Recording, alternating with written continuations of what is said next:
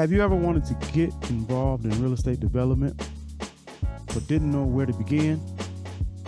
Do you think real estate development is only for the large hedge funds or major corporations, the big guys? Or have you done some development in the past and are looking to scale up? If you answered yes to any of these questions, then this podcast is for you. Welcome to the W.I.R.E.D Wealth and Real Estate Development Podcast. I am your host, Nick Smith. Get ready to have your mind blown and rewired as we discuss all aspects of creating wealth and real estate development.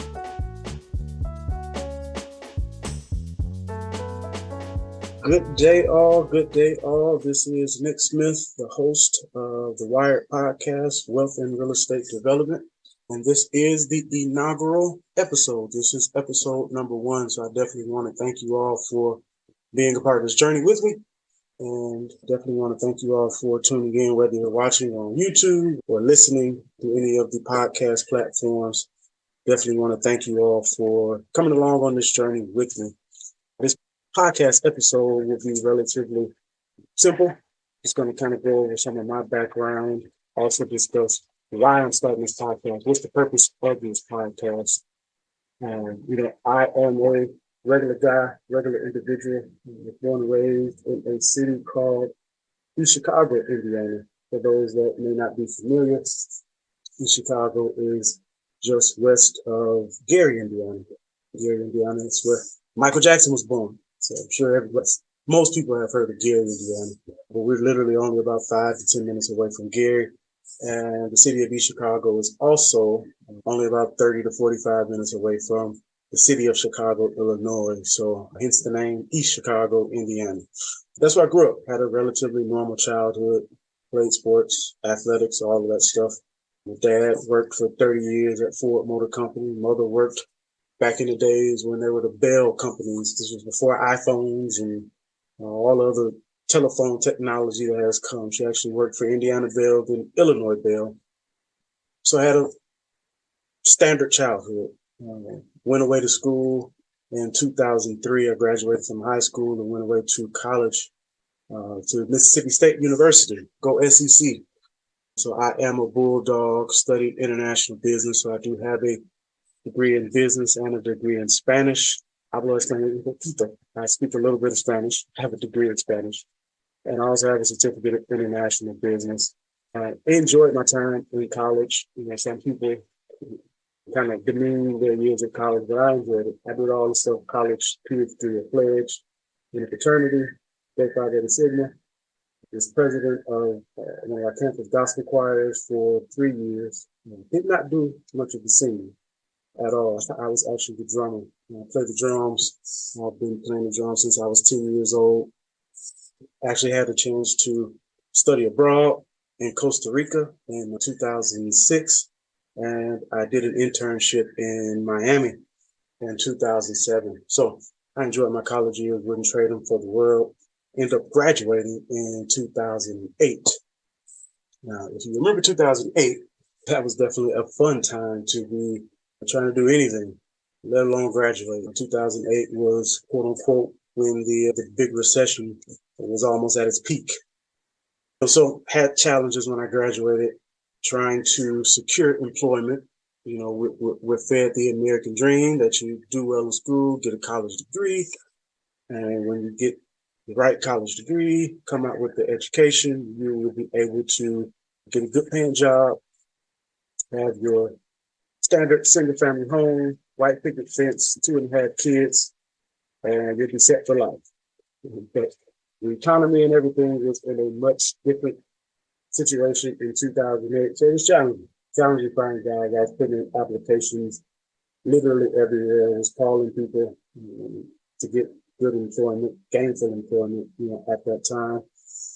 But I do believe things happen for a reason, 100%. Did not land any of those jobs I applied for. And believe it, ironically, the job that I ended up getting was one that I didn't even ask for. I'm a musician, as I've stated before, and I'm a musician at my church. And around 2009, one of my church members, who's like a sister to me, knew that I was looking for employment and asked if I wanted to come potentially work with the company that she worked for. And the company she worked for was actually not a quote unquote company. It was a department in my hometown, believe it or not, East Chicago. It was the East Chicago Department of Redevelopment. Of course, I was about 23, 24 at the time. Wasn't making any money outside of the little money I was making playing the drums. So I said, hey, I'll come take a look. I didn't have anything to lose. I actually did an internship maybe the year before at the East Chicago Housing Authority. So I was somewhat familiar with, well, I thought I was somewhat familiar with what redevelopment did. But when I got there in 2009, I actually stayed there for 5 years, and it was a crash course. It was literally a breeding ground for everything I'm doing now. During 2008, 2009, I think it came out in 2009. Again, the economy was very, very, very shaky down. So at that time, Congress and President then acted this bill called the R bill, ARRA, which is the American Recovery and Reinvestment Act. Short version of it was the stimulus bill. So with the stimulus bill, they basically distributed a lot of resources, a lot of funds to local municipalities to help stimulate the economy because, again, everything had crashed, so to speak. So we received a lot of funds from the federal government through the Stimulus Act, a lot of different programs. One was called HPRP, which is Homelessness Prevention and Rapid Rehousing, where we were able to actually help residents from becoming homeless. We were able to provide, I believe it was up to 18 months of rental assistance to individuals. There were two primary funding arms that we had, with the Department of Redevelopment. Grants that we received from HUD. One was the Home Investment Partnership. The other was CDBG, which is Community Development Block Grant. Worked with those. CDBG had a Recovery Act arm to it. It was called CDBG-R. So we were able to utilize those funds and go and rehab properties throughout the city and actually put them back on the market and sell them to low to moderate income individuals. Also, there was NSP, which was the Neighborhood Stabilization Program. They had NSP1, they had NSP2, and I think they even came out with NSP3. NSP was unique in that we were able to, do some new construction with NSP, but we also were able to get to a higher income threshold for qualifying families. The NSP allowed us to go up to 120% of the area median income, whereas the Home Investment Partnership grant and CDBG only allowed us to go up to 80% of the area median income. So those are big. I got a chance to learn a huge amount. And the piece that always intrigued me the most was the housing development and real estate development piece of it. Again, through NSP, we were able to build several homes through that program, through the Home Investment Partnership, because home allowed for new construction, whereas CDBG did not allow for new construction. So, but those were the areas that really, really intrigued me. We were building some stick-built homes, so from the ground up, literally. You had your framers, you start from the foundation, frame on site, and go from there. But then we also had other companies that were building what we call modular homes. So the homes are actually being built off-site, and they would come. It's an interesting process to really look at. Whenever it happened, I was pretty much on site all day. I was the one representing, no matter what the weather was. And here in Indiana, in Northwest Indiana, it gets cold and it snows. So, but it was really an interesting process because you see a home actually get delivered in about 4 big rectangles, and they had cranes and they had all the equipment out there, and they would literally set this home in place. Now there had to be some finishing work done, with these properties, with the homes. But the bones, the skeleton, a lot of, the kitchen cabinet, everything was in place because it was done off site. So I just really, really learned a lot, saw a lot in development and community development. And my last position while I was there was actually ran the down payment assistance program at the city of East Chicago.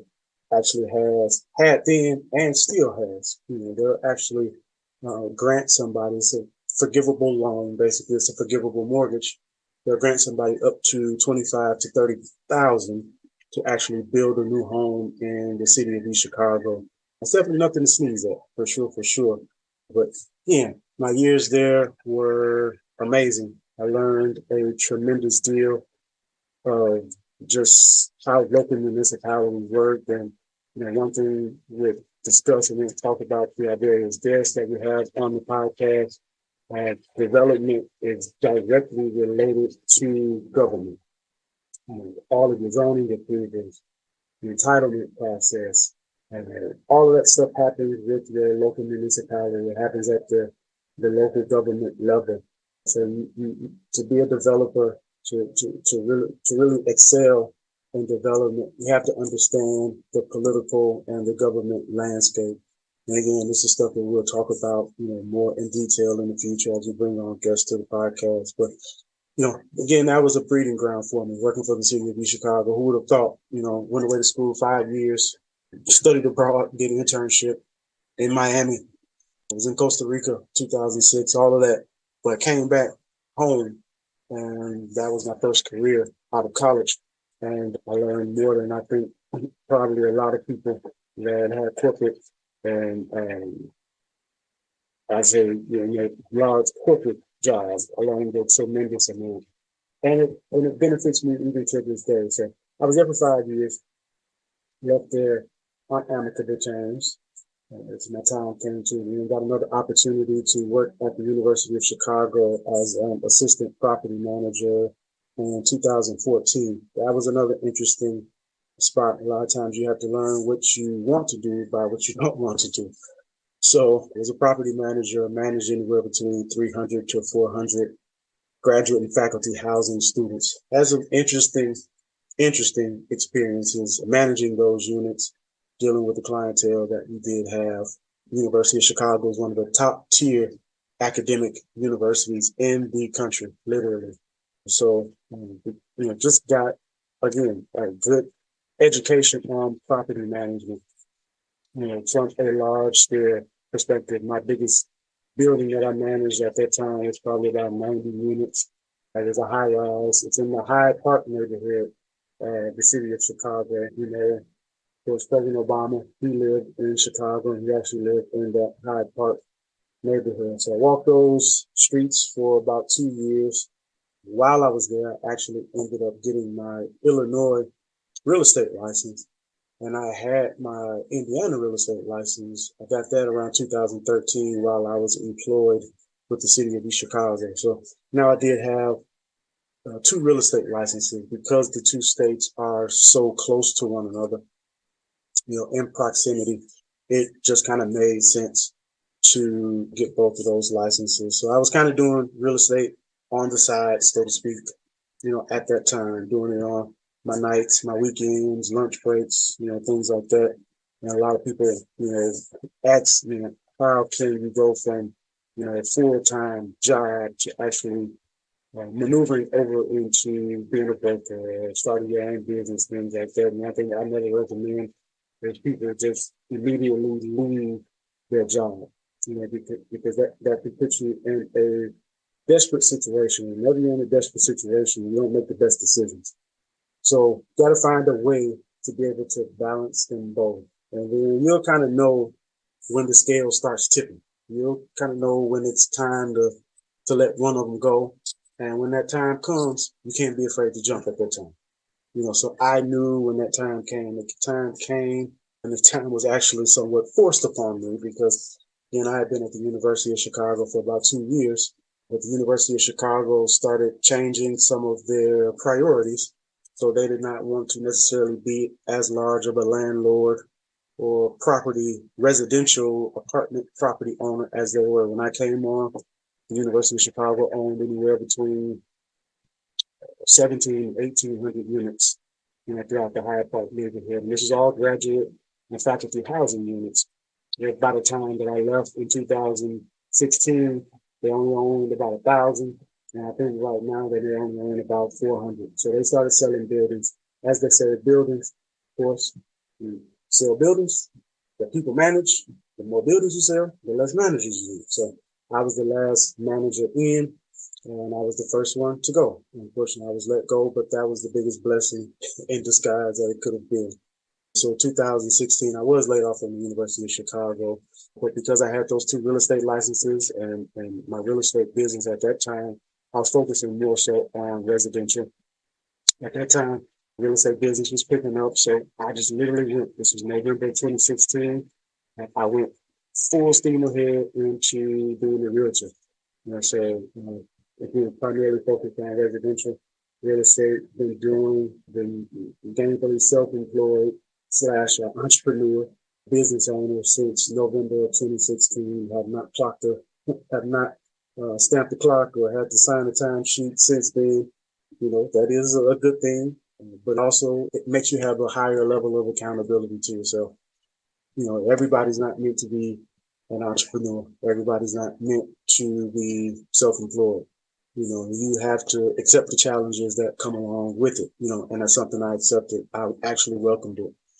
So from November 2016, till about last year, I've been primarily focused on residential real estate, working with your buyers, your sellers, listing residential homes. Did some multifamily, but it was smaller multifamily too. So I did focus primarily on residential real estate. It was a good run, great run. You enjoyed it, but through that time, I was also actually able to work with my hometown, with the city of Chicago, and list a lot of the properties, the residential properties that they actually had, in the pipeline that they wanted to put back in the hands of individuals that wanted to actually live in these properties. A lot of these properties needed a lot of work, but they wanted to give home ownership opportunities to people. So I was able to work with them again. Never burned bridges. I left amicably, and it paid off. I always kept good contacts with former co-workers, the administration that was there. An opportunity came. They had a bulk of properties that they needed to get back on the tax rolls, get sold, and they presented the opportunity to me. I took it. But last year, my just frame of mind started changing. It started changing even a little bit prior to that, and started switching over to actually full-time commercial real estate. When I say last year, that would be around 2022. So last year in 2022, I actually became a full-time commercial real estate broker, and it's been cool. It's so much to learn on the commercial real estate side. The two are totally different. Your sales cycles, how long it takes to get a transaction closed, the zoning, just everything. There's so much to learn on the commercial side, and I love that aspect about it. Residential is a lot more emotional because it's where people live. It's where you're going to raise your family, but commercial is much more business, and it just fits where I am and where I want to go. So I've been focusing primarily on commercial real estate, and not just helping people buy and sell commercial real estate, but also doing it myself. So this year, January 2023, I actually bought about 24,000 square feet mixed-use property in my hometown in East Chicago. This property is actually mixed use. It's commercial space at the bottom, and there's 2 floors of residential above it. This property has probably been vacant now for, I know, at least 20 to 25 years. Most of the bulk of my childhood, I don't remember any activity ever going on this property. So hugely dilapidated, but the architecture on the property is stunning. They just don't duplicate buildings like this anymore. So I saw it, got my hands on it, and we're working through the pre-construction process, getting structural analysis done. I've got architects that are working. Once we get the structural analysis done, then I'll start working on construction drawings and designing how the property is going to look. It's going to be, probably a $2 to $3 million project. Once we're done, but it's going to be commercial at the bottom. They're still deciding where we're going to put there, and then there's going to be 2 floors of apartments, somewhere between 14 to 16 total apartment units. This development really has the opportunity to really change the narrative, change the landscape of that area. We're also working on purchasing a plot of land. It's about 1.6 acres right now to get that subdivided because it's just blank land right now, undeveloped land. I've been working on getting that subdivided, and that's in another neighboring area in Lake County in Northwest Indiana. Probably going to be at least 3 single family home lots that we're looking to put some homes there. Homes will probably be, anywhere between 550 to 650 once we're done with it. So development is my passion. Around 2015, I actually got exposed to the world of podcasts. I was riding a train, and lo and behold, I saw a gentleman that we went to junior high together. He was working downtown Chicago at one of the banks. I was working at the University of Chicago at the time. He was working downtown at one of the banks. And he introduced me to podcasting. We started talking about the stock market and do various things. And he showed me how to do. I had never listened to a podcast before then. I've heard people talk about them, but I never listened to them, didn't know how to find them. And he literally showed me. I had an Apple. He had an Apple. He showed me where to go, where to find them. And one of the first podcasts I started listening to was Invest Like a Billionaire.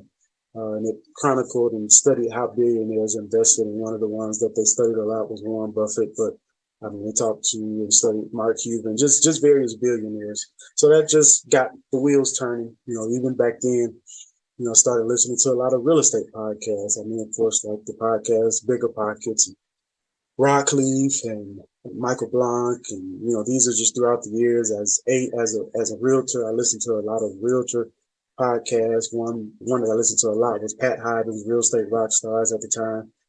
So that just opened my world up. But I knew I loved and really had a passion for real estate development, but I could not find a podcast, and I still have not, really found a mainstream podcast that really focuses on real estate development.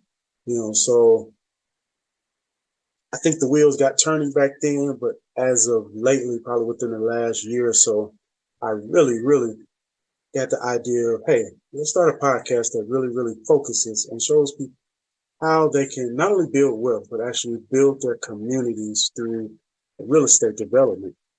I think some people have this larger than life idea of what real estate development is. We see the big $100 million, $200 million developments with hotels and major apartment buildings and office buildings and things like that. But I mean, that does have its place, and there are developers that do those items. But then, I mean, you could take one infill lot in your community and build a home there. I'm on the board of an organization called now Fuller Center. And they've been primarily focused in Gary, but Fuller Center was kind of an offshoot of Habitat for Humanity, whereas Mildred Fuller and his wife started Fuller Center several years ago. And we go in, rehab or build new homes, and we're actually able to sell them at affordable rates because we keep the mortgages, we hold the mortgages. So there are many different aspects, to real estate development, and a lot of people don't even know about the world of land entitlement. How you could take a piece of land that's either zoned improperly or not zoned to its highest and best use and get it rezoned, or take a piece of property that's not zoned at all and go through what's called the entitlement process. And you can add tremendous value just to the land by taking it through the entitlement process. And this is not just for the large corporations, the big companies. Again, I plan on having developers on, and I will have developers on that do large scale development, but also want to have someone that are community grown, community oriented, that are small, because if you want any community to thrive, it's not going to happen. A lot of people think that it starts with the large corporations coming in. No, you need some people within that community to say, hey, I have some ideas too. It's not just for the big corporations, the big companies, even small areas, because some of your big corporations, big developers are not going to be focused on your smaller communities, things like that. So there's opportunity there. So we're going to discuss all of that, how we can benefit the community, how we can benefit ourselves, through the real estate development space. And this is truly something I'm passionate about, and I hope you can sense that passion as you get this podcast going. Yeah, I want to thank you all for listening to this inaugural episode. This is the first episode of many. you get anything from this podcast, please feel free to like it, share it on all social media platforms. Please subscribe. The more subscribers we get, the better off.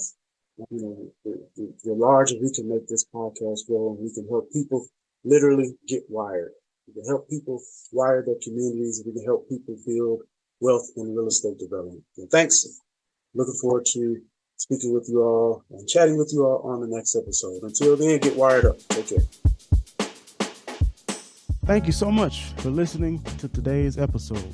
If you enjoyed it, please share this content with someone else who would benefit from it. I'm looking forward to having you with me on the next episode. Now go out and create some wealth in real estate development.